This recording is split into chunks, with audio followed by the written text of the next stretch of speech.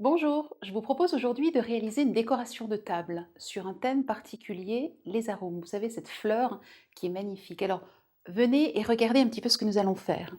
Nous allons à la fois décorer un menu, un marque-place, et puis bien entendu, vous pouvez aussi avoir un centre de table. Donc ici, vous avez un vase, mais ça peut très bien être une boîte, ça peut être ce que vous souhaitez. Donc nous allons créer ces arômes et ensuite vous les placerez sur votre table. Ça peut être aussi à côté d'une assiette, par exemple.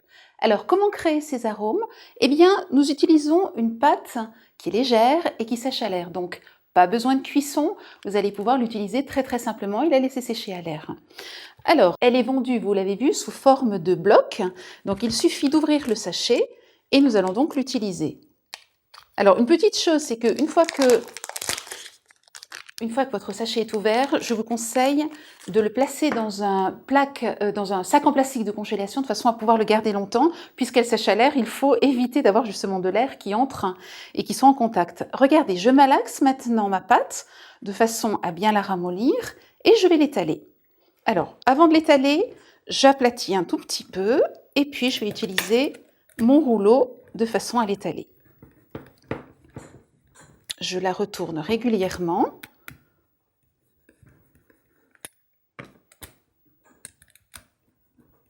Vous avez remarqué que je fais cette étape sur un plateau, ou en tout cas sur un support qui protège ma table, tout simplement parce que maintenant nous allons couper dans la pâte. Donc il vaut mieux protéger votre table pour éviter tous les désagréments. Alors, la découpe se fait avec un cutter et vous allez maintenant ici commencer par découper une pointe. En fait, vous allez faire une forme de feuille. Vous voyez, le bout de l'arôme est toujours très pointu, donc je n'hésite pas ici à avoir quelque chose de très pointu. Et par contre, je termine par une base ici qui est beaucoup plus large. Une fois que ceci est fait, j'enlève l'excédent de pâte que bien entendu je vais tout de suite mettre dans un sachet en plastique. Alors ce que je fais, c'est que moi je les mets dans un sac, un plastique, vous savez, alimentaire, et ensuite je le rajoute encore dans un sac de congélation.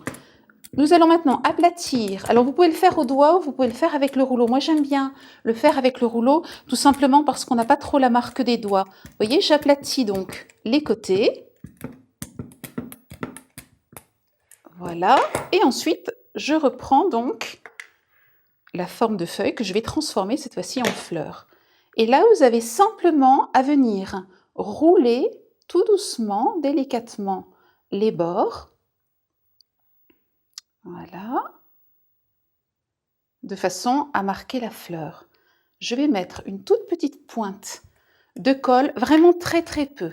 Vous voyez, je vais simplement rajouter une toute petite goutte de colle que je vais étaler avec le doigt et je vais venir refermer la fleur comme ceci. Voilà. Alors maintenant, vous pouvez travailler un petit peu mieux la position de ce grand pétale. Et puis nous allons terminer par faire la tige. Donc pour faire la tige, il vous faut venir pincer le bout de la fleur comme ceci.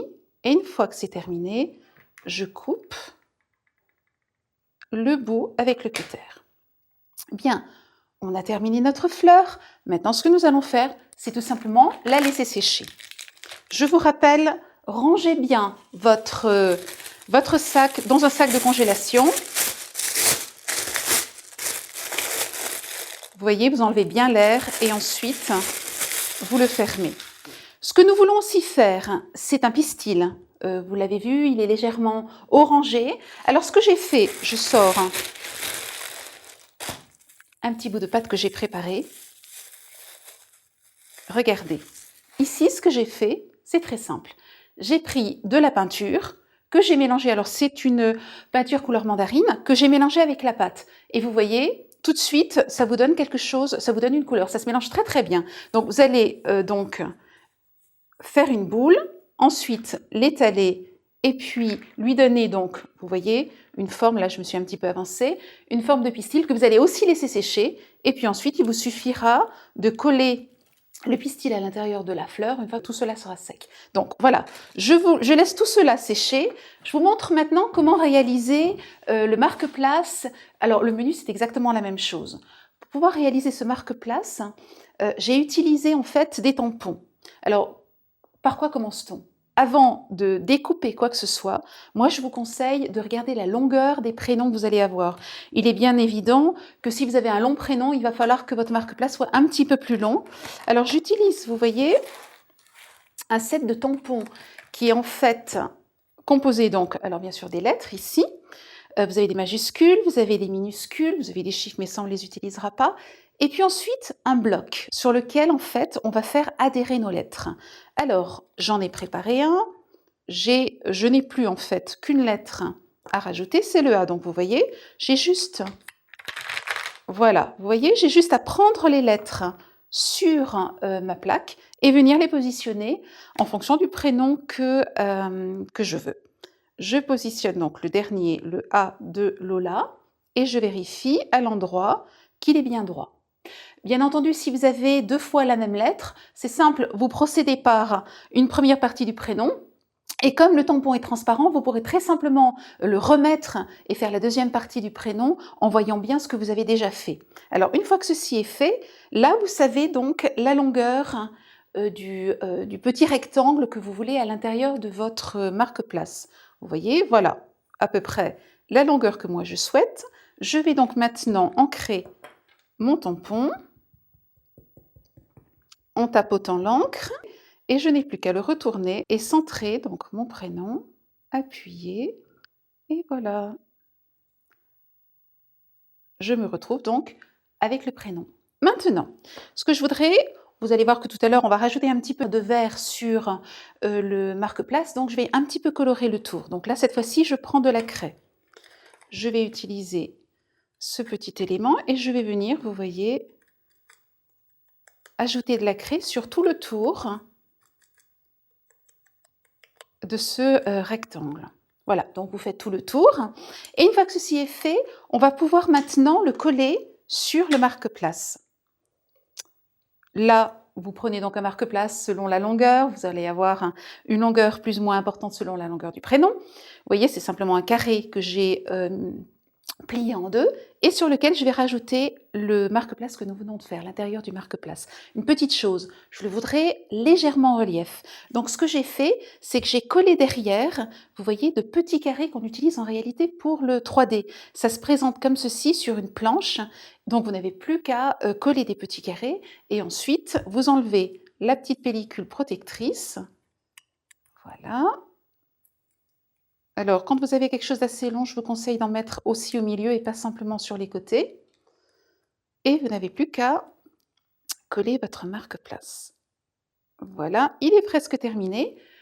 On suppose maintenant que notre arôme est sec, nous allons pouvoir le rajouter. Mais avant de le rajouter, vous allez prendre ces petites baguettes vertes et vous allez pouvoir, ce sont des petits joncs, hein, des petits joncs verts, vous allez pouvoir découper des petits éléments de différentes tailles et venir les coller ici. Alors c'est à vous de voir, hein. Ce que je vous conseille quand même, c'est de ne pas faire tous de la même longueur. Essayez d'avoir des longueurs différentes. Voilà, donc après à vous de voir, vous les collez. On reprend maintenant notre arôme qui est sec. On n'a plus qu'à le rajouter sur le marque-place. Et puis une dernière petite chose, ce que j'aime bien pour avoir un petit peu de couleur, je prends donc un ruban, je crée un petit nœud et je rajoute un petit nœud sur mon marque-place. Une fois que tout cela est collé, et bien voilà, vous avez donc votre marque-place et chacun pourra avoir un marque-place adapté. Et donc très simplement se sentir accueilli à table. Nous avons terminé notre décoration de table, mais avec cette pâte séchant à l'air, vous pouvez tout à fait faire d'autres choses. Vous pouvez par exemple faire une décoration pour une chambre d'enfant. Alors ça c'est un cadeau sympa pour une naissance. Vous allez retrouver les habits d'enfant, vous pouvez mettre le prénom. Ici j'ai simplement mis bienvenue bébé, mais vous pouvez tout à fait rajouter le prénom du bébé. C'est une jolie idée que nous avons réalisée aussi avec la double dos que vous retrouverez dans la fiche technique. Et puis une autre idée pourrait être ce tableau sur la thématique des parfums, où nous avons créé des flacons de parfums. Et puis si vous avez envie de rajouter des couleurs à votre cuisine, n'hésitez pas à faire un panier de fruits et de légumes dans lequel vous aurez une multitude de couleurs tout au long de l'année. Voilà, pour aujourd'hui c'est terminé, mais à vous de travailler maintenant et montrez-nous ce que vous avez réalisé. Envoyez-nous vos fiches techniques ou les photos que vous aurez réalisées. À très très bientôt. Au revoir.